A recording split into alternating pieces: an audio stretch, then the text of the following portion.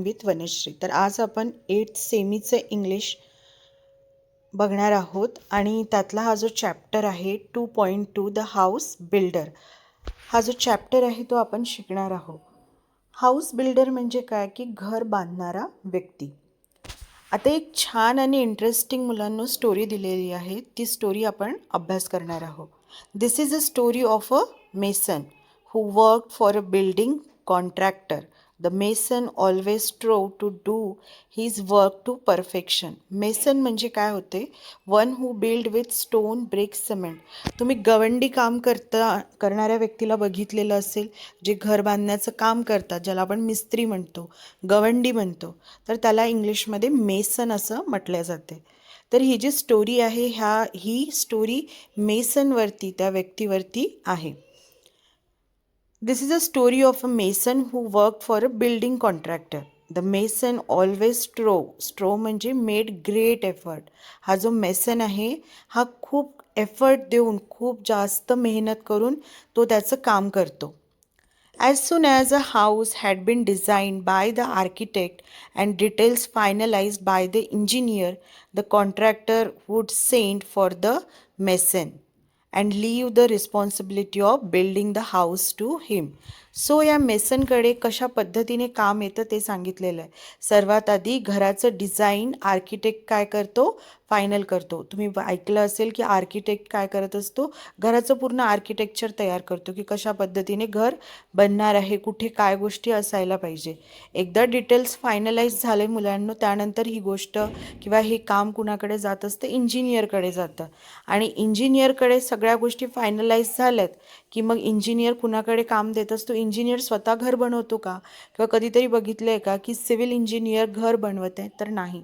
घर बनवण्याचं काम, बिल्डिंग बनवण्याचं काम हा गवंडी करत असतो, ज्याला इंग्लिशमध्ये मेसन म्हणतात. सो इंजिनियर कॉन्ट्रॅक्टरकडे, ज्याला आपण ठेकेदार म्हणतो, त्या कॉन्ट्रॅक्टरकडे काम दिलं जातं. आणि कॉन्ट्रॅक्टरच्या हाताखाली काम करणारे व्यक्ती म्हणजे गवंडी लोक, जे कामगार लोक असतात. आणि तो कॉन्ट्रॅक्टर पण स्वतः कधी काम करत नाही, कधीच तो काम करतो आणि जास्तीत जास्त काम तो त्याच्या कामगारांकडून करून घेतो. तर अशाच पद्धतीने हा मेसन होता. तर या मेसनकडे कॉन्ट्रॅक्टर थ्रू काम यायचं. The mason would then, without wasting any time, start his work. He would take great interest in his work of building and do it with a full dedication. म्हणजे या मेसनकडे जेव्हा कॉन्ट्रॅक्टरकडून काम यायचं तेव्हा तो कुठलीही गोष्ट विचार न करता, तो टाईम वेस्ट न करता, तो पूर्ण इंटरेस्ट देऊन, आवडीने आणि खूप जास्त एफर्ट घेऊन तो ते काम करायचा. फुल डेडिकेशन म्हणजे खूप जास्त एफर्ट घेऊन. He made sure that he used the best construction material of high quality, the measurements of the walls, doorways, arches, etc. He made sure म्हणजे तो खात्री करून घ्यायचा की तो जे पण काही गोष्टी घर बांधण्यासाठी किंवा बिल्डिंग बांधण्यासाठी घेत आहे, वापरत आहे, त्या गोष्टी चांगल्या क्वालिटीच्या असल्या पाहिजे. हलक्या क्वालिटीच्या गोष्टी तो कधीही वापरायचा नाही, तो कॉम्प्रमाइज करायचा नाही, तो सगळ्या गोष्टी चांगल्या प्रतीच्या यूज करायचा, मटेरियल वगैरे. आणि तो खूप शुअर असायचा की जर डोअर बनवला आहे तर डोअरजवळ जाण्यासाठी रस्ता किंवा आर्च बनवलेला आहे. तुम्ही जर किचनमध्ये वगैरे जाण्यासाठी आधीचे लोक आर्च वगैरे बनवायचे, तर तो आर्च एकदम परफेक्ट आला पाहिजे. ह्या सगळ्या छोट्या छोट्या गोष्टीकडे तो बारीकीने लक्ष द्यायचं. He made sure that he use the best construction material of high quality वर perfect and he gave an excellent and appealing finish to whatever he build. तो जे काही बांधकाम करायचा त्याच्यामध्ये इतकी चांगली फिनिशिंग असायची, कारण तो खूप लक्ष देऊन, खूप आवडीने तो त्याचं काम करायचं, त्याला त्याचं काम खूप आवडायचं, म्हणून त्याच्या प्रत्येक कामामध्ये परफेक्शन आणि एक्सलंटपणा दिसत होता. The owner of the new house built would be more than satisfied with the construction. The owners of the new house built would be more than satisfied म्हणजे जो घराचा मालक आहे, ज्याने एक घरकाम करायला किंवा बांधायला यांच्याकडे दिलेलं, तो जो मालक आहे, जेव्हा त्याच्या हातात ते घर भेटायचं तेव्हा तो इतका सॅटिस्फाईड, ते घर बघून, त्याचं काम बघून ते इतके सॅटिस्फाईड होऊन जायचं. बिकॉज ऑफ द झील, diligence लॉयल्टी अँड परसिस्टन्स. आता त्याच्यामध्ये काय काय क्वालिटीज होती बघा.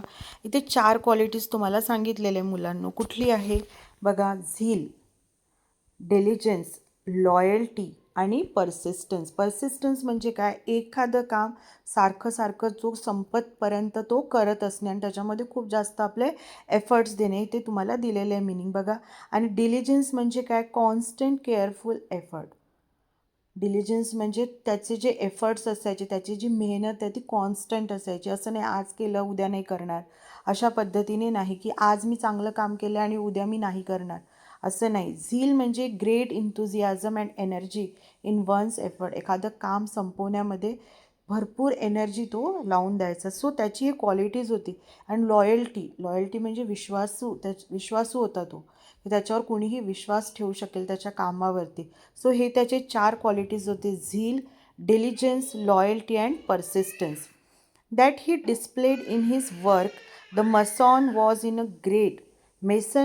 अ great demand and faced good business to his contractor. त्याच्या कामाची खूप डिमांड होती. तो ज्या कामामध्ये हात ठेवायचा तो काम खूप चांगल्या पद्धतीने व्हायचं, म्हणून त्याची खूप जास्त काय होती, डिमांड होती. आणि म्हणून कॉन्ट्रॅक्टर जो होता तो त्याला कधीही सोडायचा नाही. Subsequently the contractor recompense the mason handsomely with a very good salary. He could meet the needs of his family sufficiently without any scarcity. जो कॉन्ट्रॅक्टर होता तो मेसनला चांगला म्हणजे हँडसम सॅलरी म्हणजे चांगली सॅलरी तो त्याला द्यायचा, जेणेकरून त्याच्या घरच्या ज्या पण गरजा असतील, ज्या पण त्याच्या नीड्स असतील, त्या नीड्स फुलफिल व्हायच्या. आता इथे स्कॅरसिटी वर्ड दिसतं. स्कॅरसिटी म्हणजे त्याला कुठल्याही गोष्टीची उणीव भासायची नाही, एवढा पैसा त्याच्याकडे असायचा. आणि हा पैसा कोण द्यायचा, कॉन्ट्रॅक्टर. का, तर त्याचं काम बघून मुलांना. The mason thus continued working with a great devotion for many years till he became a grandfather. बघा, त्याने खूप वर्ष काम केलं होतं मेसन म्हणून. आता फायनली तो काय झाला होता, त्याला रिटायरमेंट घ्यायची होती, कारण तो आता म्हातारा झाला होता. इथे सांगितलेलं आहे की तो ग्रँडफादर म्हणजे आजोबा झाला होता, तर ऑब्व्हियसली त्याचं वय जरा जास्त होतं. आणि नाव त्यांनी आता काय केलं होतं, त्यांनी डिसाईड केलं होतं की तो आता काय करेल, रिटायरमेंट घेईल. Then he decided that it was time to retire. आणि त्याने डिसाईड केलं होतं की तो आता काय करेल, कामावरून रिटायर होणार. And spend time playing with his grand children. आणि तो त्याचा जो टाईम आहे तो कोणासोबत स्पेंड करेल, त्याच्या ग्रँड चिल्ड्रन बरोबर. तो त्याचा टाईम त्याला काय करायचं होतं, व्यतीत करायचं होतं. Being a firm-minded person, he informed his contractor of his decision to retire from house building. Firm-minded. आता इथे एक वर्ड आलं आहे, फर्म-माइंडेड. म्हणजे बघा मुलांना, फर्म-माइंडेड असा व्यक्ती की ज्याने एखादी गोष्ट ठरवली आहे, तो कधी त्या गोष्टीवर कुठलीही सिच्युएशन येऊ दे, तो त्याचं डिसिजन कधीही चेंज करणार नाही, अशा पद्धतीचा तो मेसन होता. तर तो फर्म माइंडेड होता, म्हणून त्याने काय केलं, कॉन्ट्रॅक्टरला सांगितलं की मी काम करायला येणार नाही, मला रिटायरमेंट हवं आहे. द कॉन्ट्रॅक्टर वॉज व्हेरी डिसहार्टंड म्हणजे जेव्हा त्याला हे कळलं, when he knew about the news की हा काय करणार आहे, रिटायर होणार आहे, कोण, मेसन. त्यावेळेस त्याला खूप जास्त वाईट वाटलं. He felt disheartened. त्याला खूप जास्त दुःख झालं की माझा इतका चांगला व्यक्ती आता काय, कामगार जाणार आहे. To lose such an excellent workman and urge the mason to continue his job. पण कॉन्ट्रॅक्टरने त्याला समजवण्याचं खूप प्रयत्न केला की तू तुझं जॉब काय कर, कंटिन्यू कर, तू रिटायरमेंट घेऊ नको, खूप त्याला समजवलं. बट टू नो अवेल म्हणजे ऑफ नो यूज. एवढं समजवून पण त्याचा काही यूज नव्हता, कारण मी आधीच सांगितलं होतं तो कसा होता, तो फर्म माइंडेड होता. त्याने एकदा जर एखादी गोष्ट डिसाईड केली आहे तर तो त्याला कधीही चेंज करायचा नाही. The mason had made up his mind and refuse to carry on. आणि त्याने सांगितलं की मी असं बनवून घेतलेलं आहे, आता मला काम करायचं नाही आहे, माझं मत असं आहे की मी आता काम करणार नाही आहे. Finally, the contractor convinced the mason to build one last house on a beautiful and convenient site.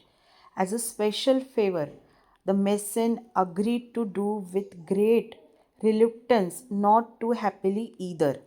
बघा, रिल्युक्टन्स म्हणजे काय मुलांनो, रिल्युक्टन्स म्हणजे अनविलिंगनेस. विलिंगनेस म्हणजे इच्छा असणे आणि अनविलिंगनेस म्हणजे इच्छा नसणे.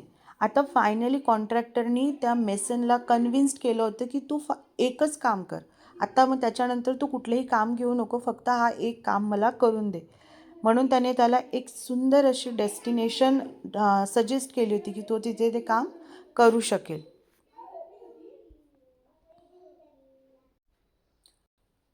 Finally the contractor convince the mason आणि त्याला ती जागा देण्यात आली की तिथे त्याला काय करायचं आहे, घर बांधायचं आहे आणि हा त्याचं शेवटचं काम असणार आहे.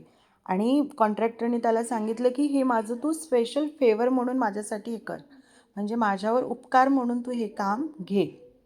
पण हे काम घेताना जो मेसन होता ही वॉज नॉट हॅपी. रिलेक्टन्स म्हणजे तो अनविलिंगनेसनी त्याने काम घेतलं, त्याची इच्छा नव्हती पण त्याने ते काम स्वीकारलं होतं. The construction started. It was a most beautifully designed house to be built at a sought after location. Construction start झालेलं होतं. It was most beautifully designed house.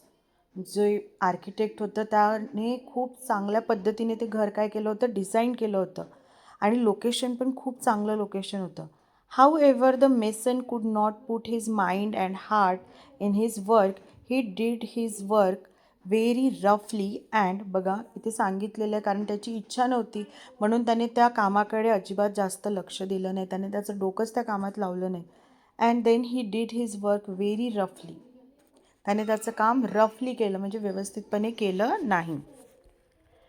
केअरलेसली without interest और dedication even the building material used was of low quality. त्याने त्याचं कामामध्ये काही interest दाखवलं नाही, dedication नव्हतं. फुल्ली डेडिकेशननं तो आधी काम करायचं पण आता त्याचं डेडिकेशन नव्हतं त्याच्यामध्ये. आणि मटेरियल जो होता तो लो क्वालिटीचं त्याने काय केलं होतं, यूज केलं होतं, म्हणजे त्याने लक्षच दिलं नाही कामाकडे. काम होत आहे, त्याला करायचं होतं म्हणून त्याने करून दिलं. But he did not care. He simply wanted to complete the job in haste and finally retire. तिथे कामामध्ये लो क्वालिटीचं मटेरियल यूज होत होतं तरी तो काही बोलला नाही. त्याला फक्त सिम्पली त्याचं काम काय करायचं होतं, कंप्लीट करायचं होतं आणि या सगळ्या गोष्टीतून निघून त्याला रिटायरमेंट हवं होतं. The house was ready earlier than expected. Very रफली made structures, weak walls, poor finish and did not look as good at all as designed. जसं आर्किटेक्चरने डिझाईन केलं होतं त्याप्रमाणे घर रेडी झाला नव्हता, कारण तो जो घर होता त्याचं जो स्ट्रक्चर होता तो रफली दिसत होता. वॉल्स व्यवस्थित नव्हते, प्लास्टर व्यवस्थित नव्हतं, फिनिशिंग व्यवस्थित नव्हती. वॉल्स जे होते ते वीक दिसत होते, म्हणजे लगेच पडतील अशा पद्धतीचं ते घर बनलेलं होतं की खूप जास्त दिवस तो घर चालणार नाही. He inform the contractor that the house was ready and he was waiting to hand over its keys to him. त्याने कॉन्ट्रॅक्टरला इन्फॉर्म केलं की तुझं घर काय झालेलं आहे, रेडी झालेलं आहे आणि मला हे जे घराच्या कीज दिलेल्या आहेत, चाव्या दिलेल्या आहेत, मला ते तुला हँड ओव्हर करायचं आहे. हँड ओव्हर करणे म्हणजे त्याला देऊन देणे. The contractor arrived at site. He had a file of legal document in his hand. Contractor त्या साईटवरती आला. जेव्हा तो तिथे आला तेव्हा त्याच्या हातामध्ये एक लीगल डॉक्युमेंटची फाईल होती मुलांनो. The mason handed over the new house key to him but the contractor did not step forward to enter the house. आता मेसननी काय केलं, त्याच्या हातामधल्या चाव्या त्या कॉन्ट्रॅक्टरला देऊन टाकलं. पण जो कॉन्ट्रॅक्टर होता तो अजिबात घरात आला नाही, की त्याने घर चेक केलं नाही की घर कसं बनलेलं आहे, हे सगळं त्याने बघितलं नाही, कारण त्याला त्याच्यावर विश्वास होता. Instead, with a broad smile, he handed over the file along with the house keys to the mason and said, beaming happy tone. Beaming म्हणजे बघा मुलांना, बीमिंग म्हणजे smiling with a great Joy. त्याने काय केलं, त्याच्या हातामधली जी फाईल होती ती फाईल आणि घरच्या चाव्या हे त्या मेसनच्या हातामध्ये, त्या गवंड्याच्या हातामध्ये देऊन दिलं आणि त्याला सांगितलं की हे घर कुणाचं आहे, हे तुझं आहे. These are the ownership document of this new house in your name. हे ओनरशिपचे काय आहे, हे घर तुझ्या मालकीचं आहे, हे अशा पद्धतीचे हे काय आहे, डॉक्युमेंट्स आहेत की हे घर तुझ्या नावाने आहे, सांगणारे हे डॉक्युमेंट्स आहेत आणि ही चाव्यासुद्धा तुझ्याच आहे. हे जे गिफ्ट आहे हे माझ्याकडून तुझ्यासाठी आहे. I had planned it as a gift for you. मी हे प्लॅन केलं होतं तुझ्यासाठी, हे तुझं गिफ्ट आहे, तुझ्या हाताने बनवलेलं तुझं गिफ्ट. सो मुलांनो, इथे ही स्टोरी संपत आहे. तर या स्टोरीमधून आपण मोरल ऑफ द स्टोरी काय शिकतो आहे, की तो व्यक्ती तो आपण बघितलं होतं की त्याला हे काम करायचंच नव्हतं आणि त्याला हे माहिती पण नव्हतं की हे काम त्याचं किंवा हे घर त्याचं आहे. जर हे त्याला माहिती असतं तर त्याने तिथे 100% दिलं असतं. म्हणून आपली जरी इच्छा नसेल तरी पण आपल्याला प्रत्येक काम हे 100%नीच केलं पाहिजे, फुल्ली डेडिकेशननी केलं पाहिजे आणि तेवढ्याच उत्साहात ते काम संपवलं पण पाहिजे. सो ही होती सिम्पल स्टोरी. आय होप तुम्हाला ही स्टोरी समजली असेल. व्हिडिओ आवडला असेल तर व्हिडिओला लाईक करा, शेअर करा, सबस्क्राईब केल्याशिवाय जाऊ नका. Thank you for watching.